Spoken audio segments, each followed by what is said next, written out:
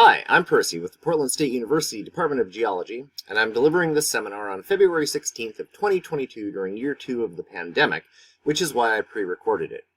The invited subject of my talk today is machine learning in the earth sciences, and that's such an overly broad category that I decided to narrow it down to the kinds of things that we might be interested in locally in the Pacific Northwest.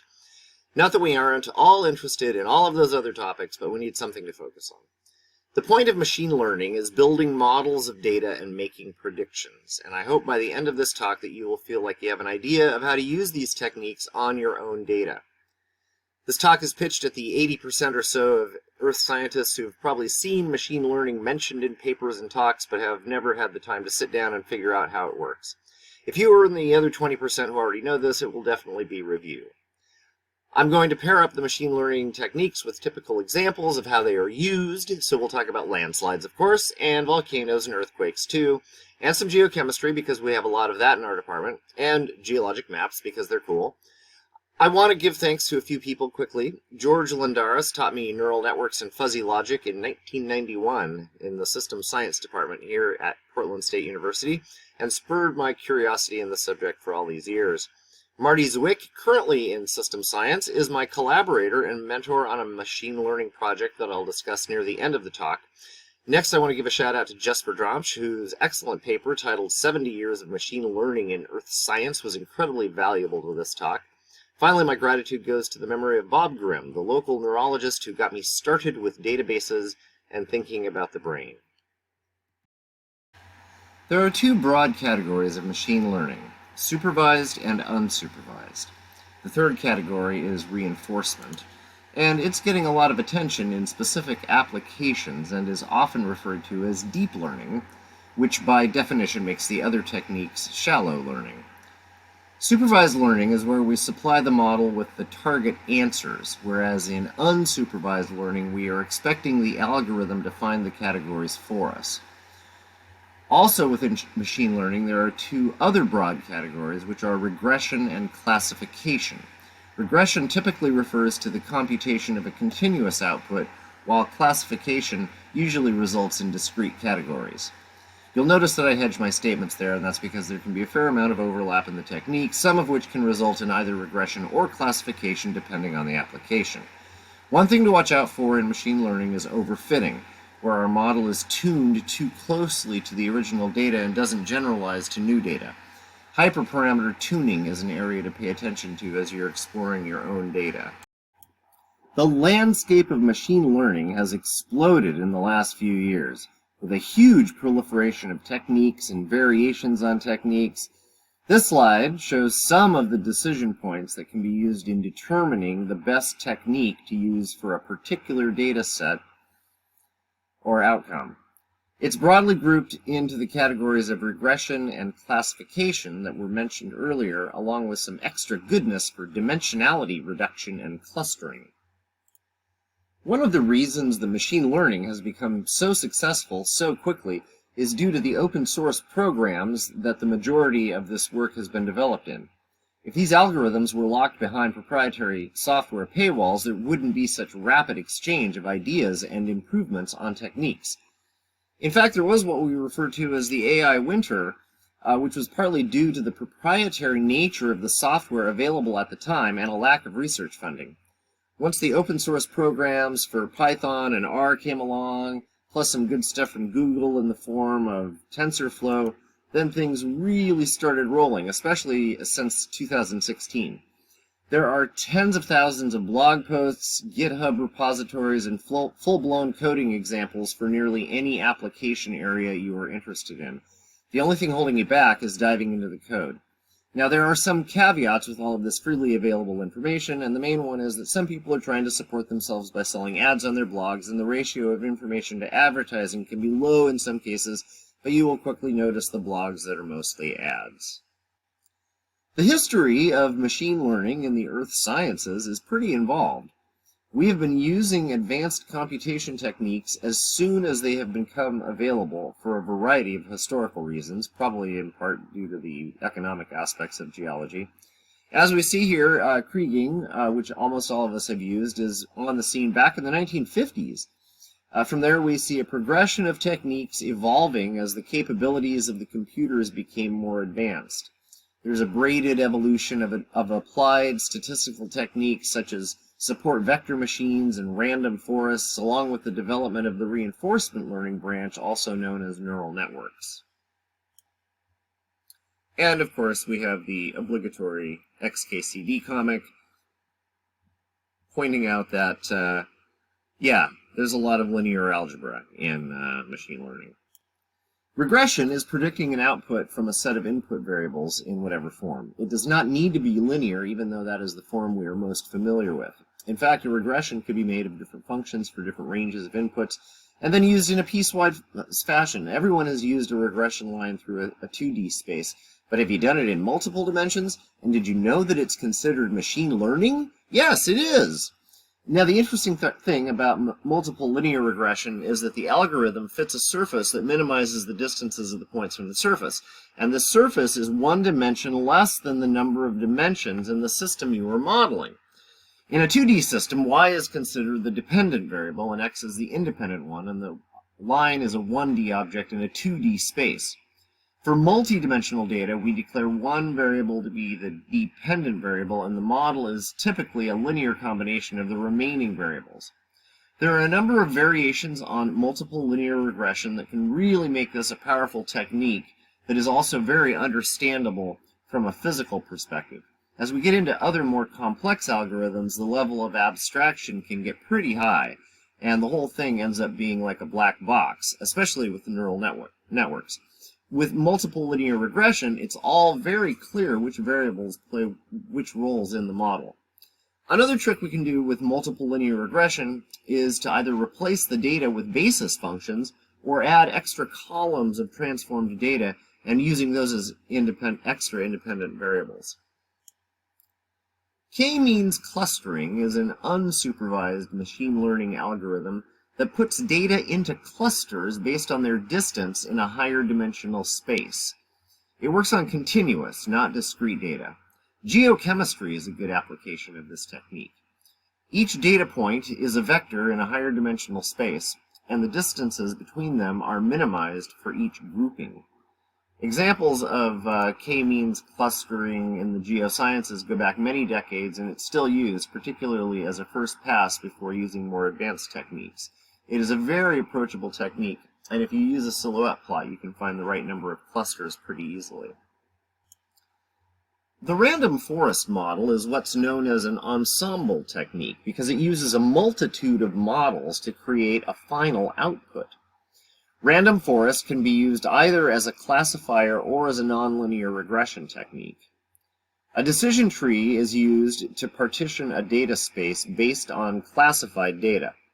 The deeper the levels of decision tree will tend to overfit the data. Random forest uses a technique known as bagging to gather the results of a bunch of smaller models together and basically vote on the best answer. Each decision tree is given a different subset of the whole data, and it trains on that. And it trains on it until it is overfit. Then the next tree is given a different subset of data, and so on until we hit the limit of the parameters that we gave it for how many trees to make.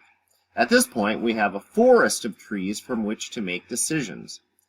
This sort of iterative approach and swapping out of data sets, subsets of data, is really only possible now that we have more advanced computing capabilities. Support vector machines are the next level of complexity up in our tour through machine learning algorithms. They work by partitioning space in a similar way to what we've seen with previous techniques. They have a computationally efficient way of dividing up space using support vectors that are characteristic of the boundaries of the data.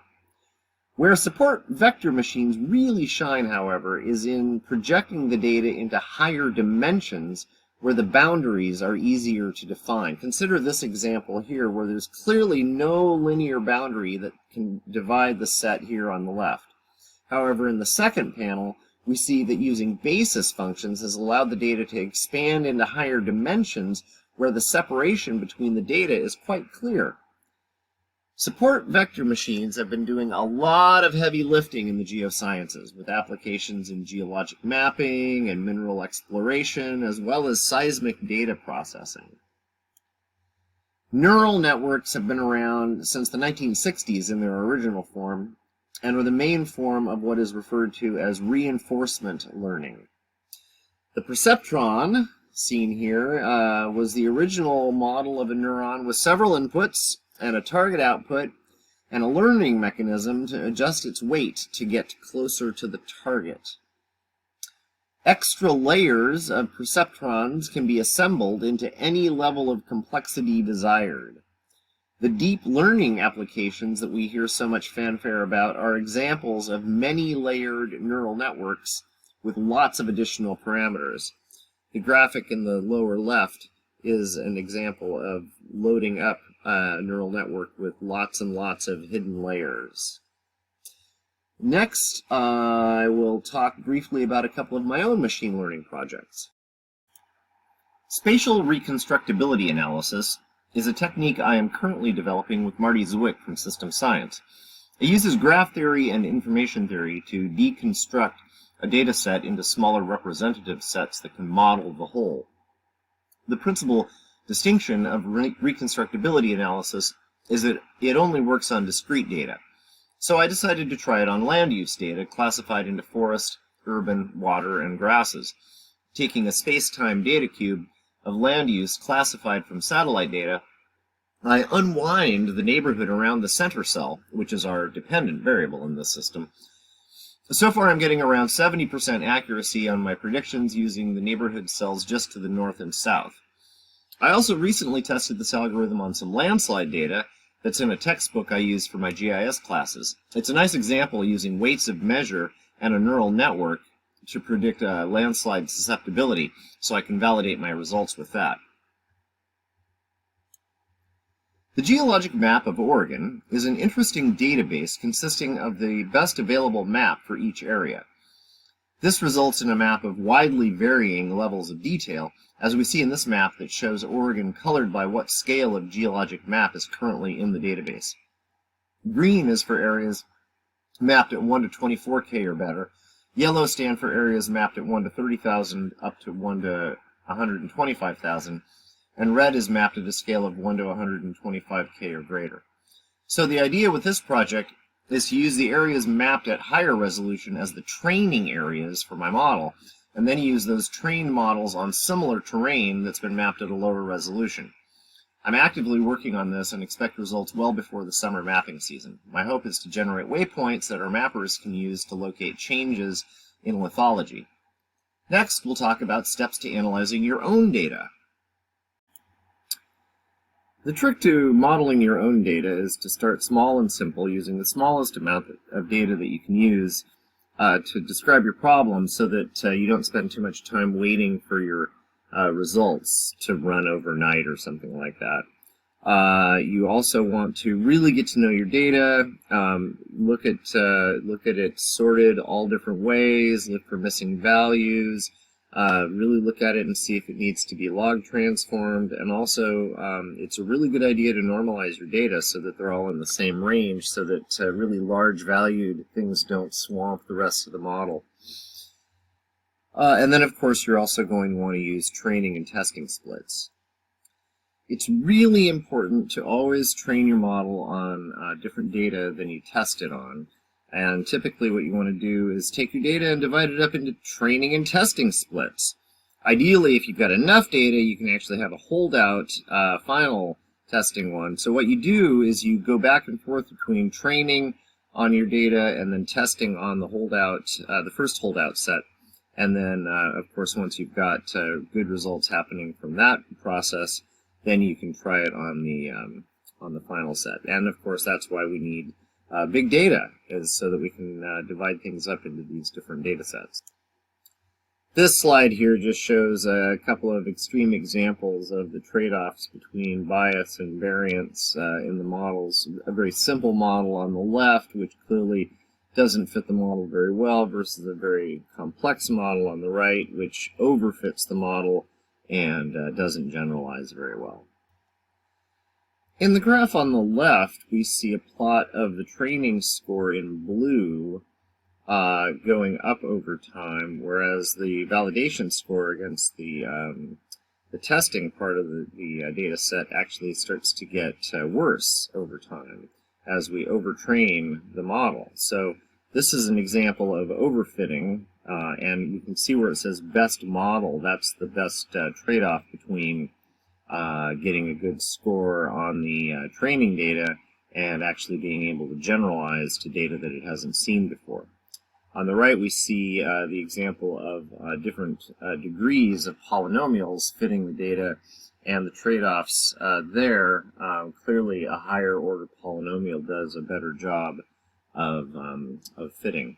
And one point that I've made a couple of times, but deep learning is intentionally overfitting the data and in order to accomplish specific things. As you tune the hyperparameters of your model, it's like tuning the knobs on a device, and as we see here, by turning the knobs, we can cause local and global minima and maxima to occur in our model. So it's good to run all kinds of validation tests if you can, and have fun modeling.